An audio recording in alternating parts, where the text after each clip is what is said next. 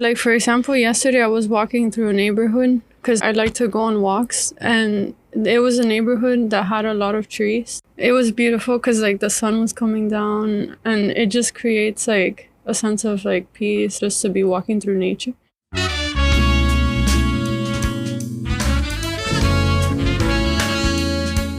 Welcome to Miami Preserves, the podcast where we explore historic places in Miami and what it means to preserve our history. I'm your host, Lucia Meneses, and I'm also the school programs manager at Dade Heritage Trust, a nonprofit organization dedicated to preserving Miami's architectural, environmental, and cultural heritage through education, advocacy, and preservation. In the previous episode, we looked back at South Florida's environmental history and how quickly the land was cleared, reshaped, and commodified to make way for the city we know today. In this episode, we're focusing on the present. What do trees mean to us now? Who has them and who doesn't? And are we building a greener future for everyone or just for a few? The more we talk to residents, scientists, spiritual leaders, and policymakers, the clearer it became. The trees are not just environmental infrastructure. They're emotional, political, even sacred. So we're going to dig into the benefits of trees, from clean water and cool air to better health and stronger communities. And we're also exploring why those benefits are distributed so unequally across Miami. Miami was once a world of water, as we learned in the previous episode. So let's start there. How do trees protect our water? Essentially, trees do protect our water. I'm going to talk about them more broadly. That's Jane Gilbert, former Chief Heat Officer for Miami Dade County. This position, Chief Heat Officer, came about in 2021 to address increasing health risks and economic burdens associated with extreme heat. Jane has since stepped down from this position, but she was leading the effort to restore urban tree canopy in Miami through the county's new plan, which is still set to be implemented despite staffing and departmental changes. Here she is to elaborate on how trees protect our fresh water. So one, they filter and clean our air, but as their roots absorb water, it filters that water and makes it cleaner and allows for that water to stay more in place and recharge our aquifers, which are our fresh water come from below ground aquifers. And what we need to do more of is designing for that recharge. It's really one of the biggest benefits of our Everglades is recharging water and not just draining out to the bay quickly. Because if we're draining all that fresh water out to the bay, we're not capturing it underground. And that's critical not only to recharge and provide us fresh water, but to push back on the intrusion of seawater. And so the more we can retain water, the better. It's really one of the impetuses behind the recent passage of the county's pervious surface ordinance, which is to require more pervious surfaces, areas where water can seep through on any private development site. Rather than like a paved asphalt. Correct. This kind of infrastructure and use of pervious surfaces has been implemented in parts of Miami. We spoke to Amanda Prieto, Chief Operating Officer for Miami Waterkeeper, a nonprofit dedicated to protecting South Florida's water. She explained how the city of Coral Gables transformed one of its vehicle streets into a pedestrian street with green infrastructure in mind. So they did permeable pavement. Pavers, actually, in that case, they slanted the entire plaza in a way that you wouldn't notice walking through it, but there is a trench and all the water flows through the trench to help with retention that way.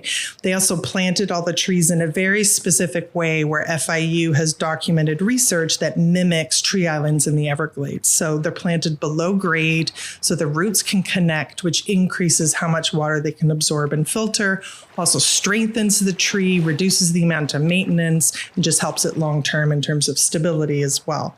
And what they found in that particular community was that after a hurricane hit, those businesses could reopen within 24 hours. And that was a tremendous improvement for residents and the economy in terms of the economic impacts and people impacts after a storm like that. So it shows kind of on a smaller scale what could happen long term if we were able to implement green infrastructure like this in, numerous communities in a way where these things really built on each other in a measurable way.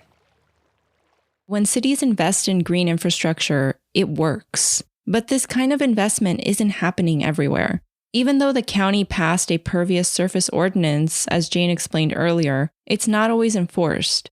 New developments are still going up with artificial turf, heat-trapping asphalt, and almost no canopy, especially in neighborhoods that need shade and stormwater relief the most.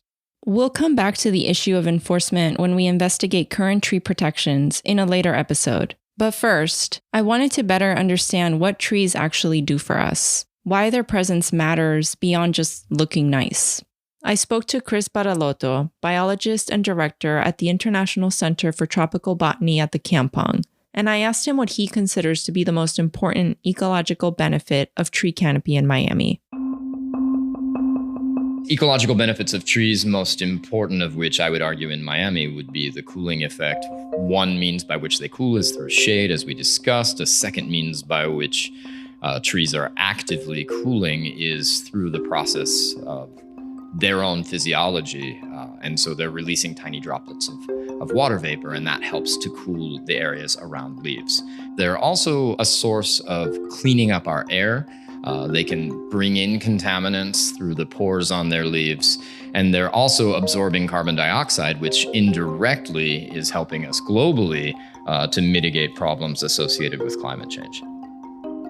In 2024, the Miami Herald published an article in which University of Miami biology professor Kenneth Feely predicted that many of Miami's native trees, such as live oak, slash pine, bald cypress, sable palms, they may not be able to handle the rising temperatures caused by climate change, and that we should be prepared for a very different landscape in the next 50 to 60 years. I asked a few biologists about their opinions and reactions to this article. And here's what Chris had to say about it. I mean, this study in particular made some extrapolations based on some leaf level physiology and suggestions that things might not do well in the future. And that could be true. I think that we need to definitely think more broadly about what we're planting now and what may be adapted in the future. We're part of a region where there are other plants that could grow here that are native to our biogeographic region. And so I don't think we need to necessarily have a state or national level idea of what's native. I think it should be more biogeographic. And so plants that may not be on any list that come from the Bahamas or Cuba or some of the neighboring islands should be introduced into our landscapes now and count as natives. Not everyone agrees with this approach. Whether we're talking about trees, architecture, or communities, what we choose to preserve says a lot about who we are and who we want to become. How do we decide what should be protected and what we can let evolve? Biologists like Chris believe that we should get away from obsessing too much about what is native, who belongs, and who doesn't belong here. In fact, isn't that what it means to be a Miamian? To be from someplace else? Maybe the same can be said for trees. And so I think all voices need to be heard, and not just in the Grove, but also throughout Miami. There are neighborhoods that have even lower canopy. The West Grove, we estimated about 24%, which is low for Coconut Grove, but actually high for Miami. And so there are neighborhoods that are less than 10% urban tree canopy coverage. And I think many people in those neighborhoods would like to see more trees, but the right trees in the right places. And their voices need to be heard, and we need to plan accordingly. Advocating for more tree canopy is not just about aesthetics. It's a health crisis. According to the National Weather Service and the CDC, extreme heat is the deadliest weather-related killer in the U.S., and it's getting worse in Miami. In 2023, we had 42 days with a heat index of 105 degrees Fahrenheit or higher, compared to just 6 days a year on average over the previous 14 years. The heat index combines temperature and humidity to show how hot it actually feels. At 105 or above, the health risks are serious, even deadly. So more tree canopy can be life-saving, especially in a city where some neighborhoods are hotter than others.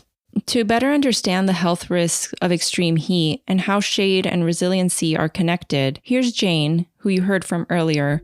The health impacts are significant. We not only have the risks of heat exhaustion and heat stroke, but exposure to high heat can bring on a heart attack. It can bring on a regular stroke. It can cause complications with diabetes, with pediatric asthma. It can make a pregnant woman have preterm birth with negative birth outcomes.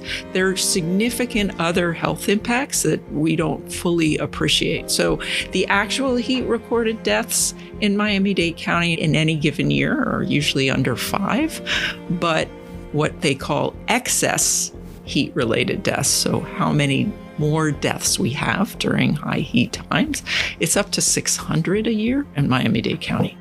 So we have zip codes with up to 4 times the rates of emergency department visits than other zip codes in the county. And land surface temperatures are one of the top correlating factors.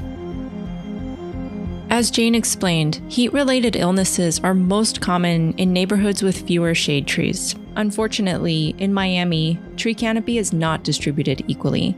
Wealthier, upper-middle-class neighborhoods like parts of Coconut Grove, Coral Gables, and Pinecrest have upwards of 40% tree canopy coverage, whereas working-class, low-income neighborhoods with predominantly Black and Latino residents like Opa-locka and Hialeah have as little as 5% tree canopy in some areas. Much of this has to do with the historical practice of disinvestment, segregation, and policies that decided who got green space and who didn't. That long history of disinvestment and exclusion is still playing out today. So it's not just a planning issue, it's a justice issue.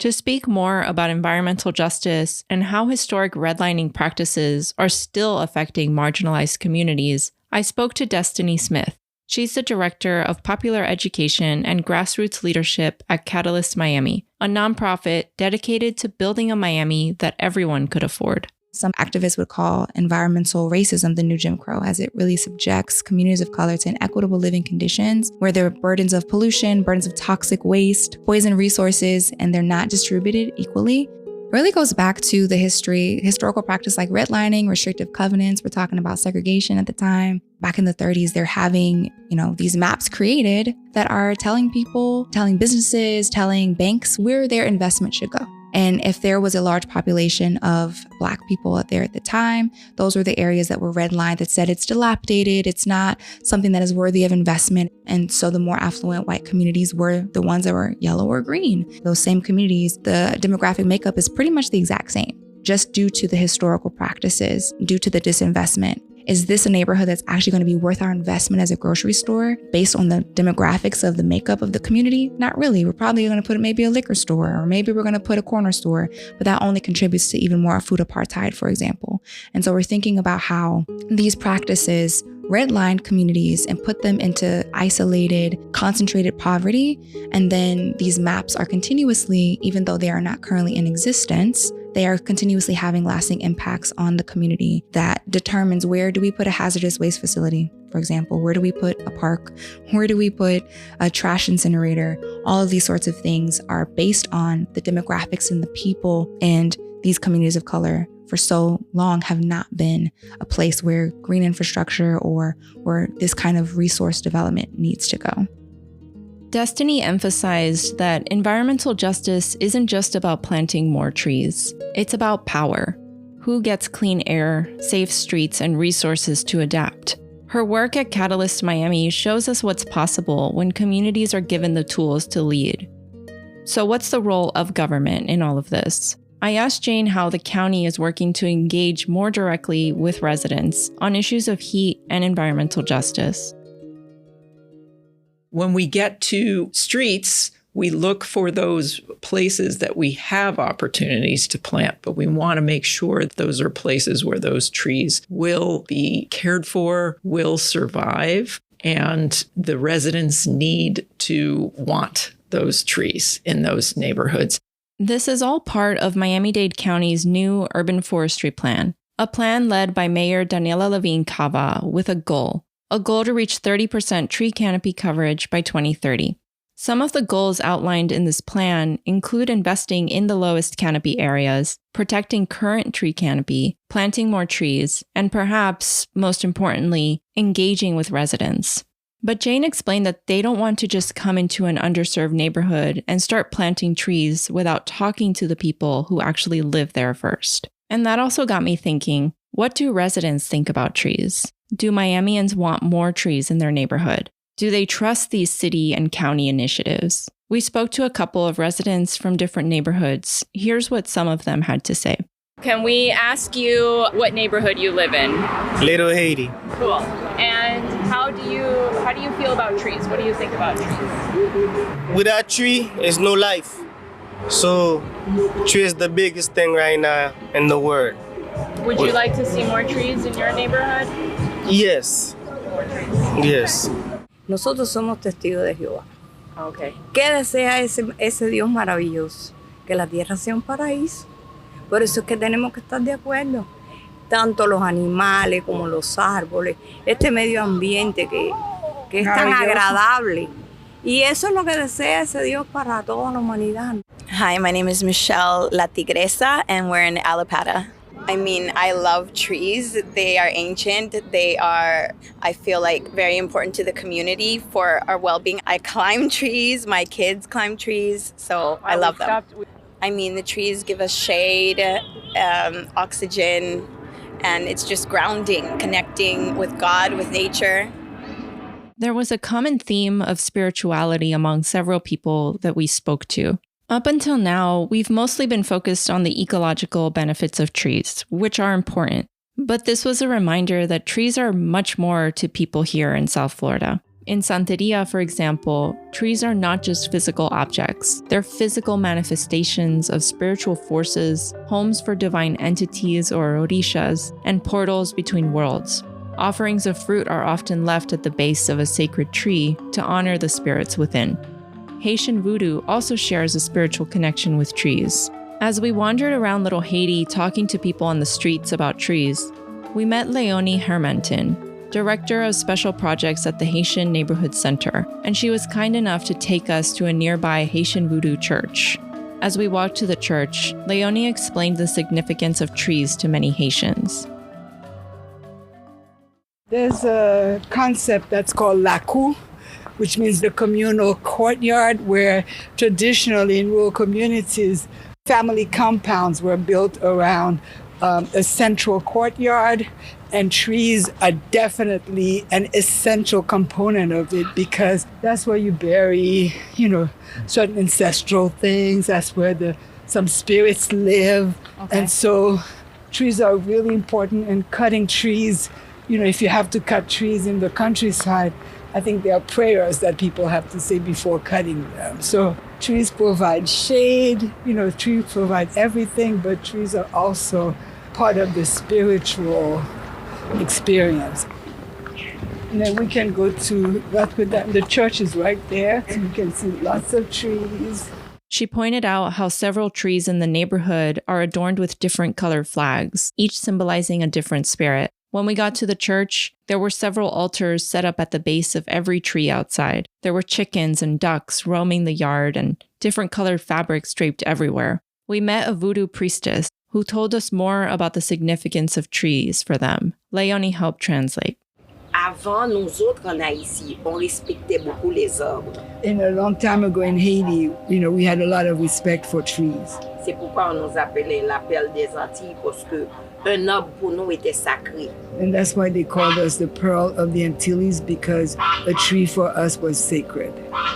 Because today, because of the pressure of other religions to convert Vaudouism, they have lost the respect, their tradition of honoring trees. Donc c'est pourquoi nous autres, on veut retourner à ça. Pour reprendre la tradition, c'est pourquoi on dit congrégation ancestrale spirituelle haïtienne, il faut suivre les pas de nos ancêtres. That's why this organization, this group, wants to go back to these ancestral practices of honoring nature. We learned that in Haitian voodoo, trees are not just plants. They embody the cyclical nature of life. The roots represent the ancestors and the spiritual world. The trunk is where the living reside now. The branches represent the future and the continuation of life.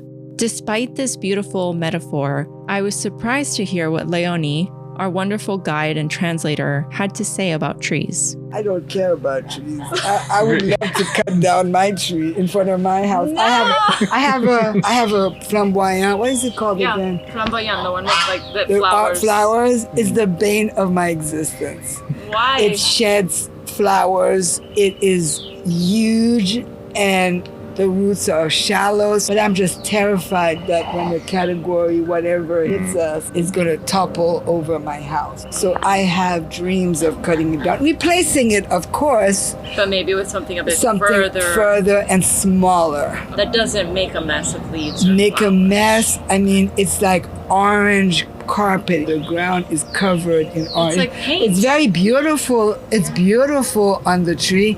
But it's still an annoyance. I still want to cut it down. Leonie had one more location she wanted to show us, a different church with a bunch of large oak trees surrounding the property. She told us that when they built this church, many folks outside of the community were concerned that they were going to cut down all these live oak trees to make room for the church. The trees were important, but building a church was more important. For those who did not live in the community, protecting the tree was more important than building a church. I see. So this is like the stage for conflicts in terms of gentrification, right? So you have folks who seem to care more about trees than about people in the neighborhood. Okay. That was how it was presented. That's what it looked like to us, right? You know, you come in, you know, we have issues with immigration. We have issues of disparate treatment as immigrants.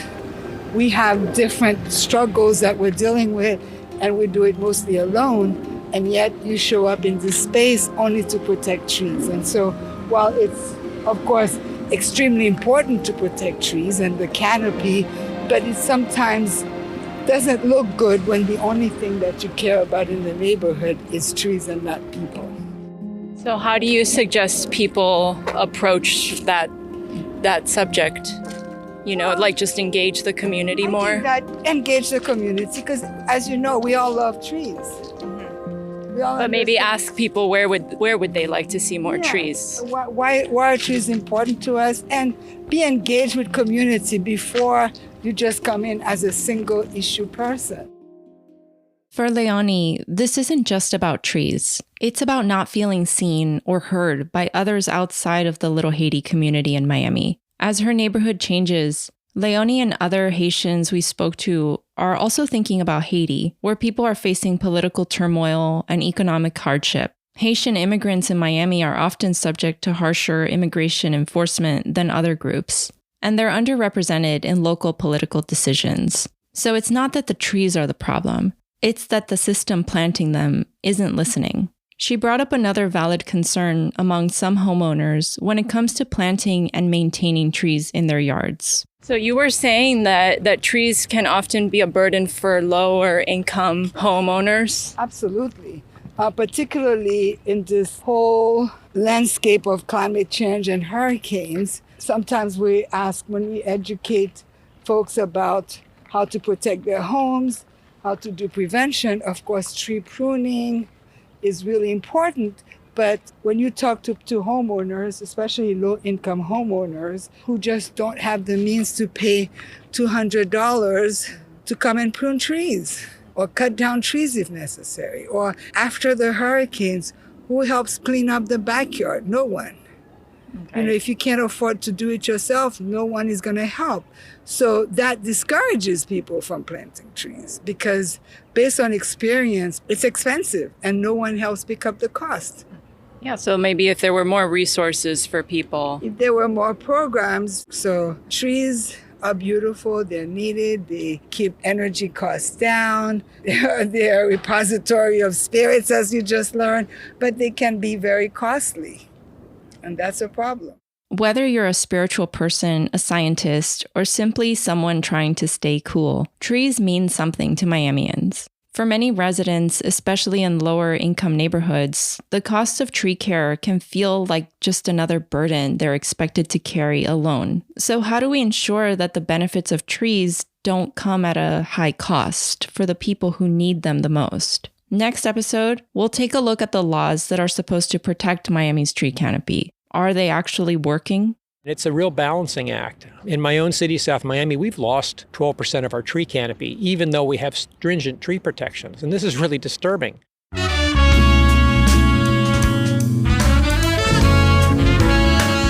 Thank you for listening to Miami Preserves. Miami Preserves is written and produced by me, Lucia Meneses, and co-produced and edited by Forrest Canaday. The views expressed by the speakers on this podcast are their own and do not necessarily represent the views of Dade Heritage Trust, its board of directors, or its members. Special thanks to the Wolfson Family Foundation for sponsoring this project.